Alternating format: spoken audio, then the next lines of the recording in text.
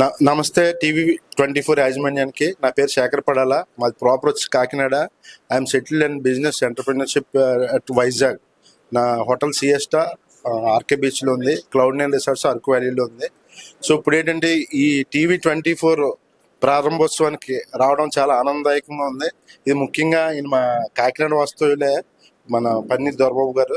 So వీళ్ళు ఎప్పటి నుంచో వీళ్ళకి ఈ రంగంలో నాకు తెలిసిన విషయం ఏంటంటే కొత్తగా వచ్చారేమో అనుకున్నాను, కానీ వీళ్ళు అంతకుముందు కూడా ఈ రంగంలో 5-6 ఏళ్ళ నుంచి వాళ్ళు ఉన్నారు.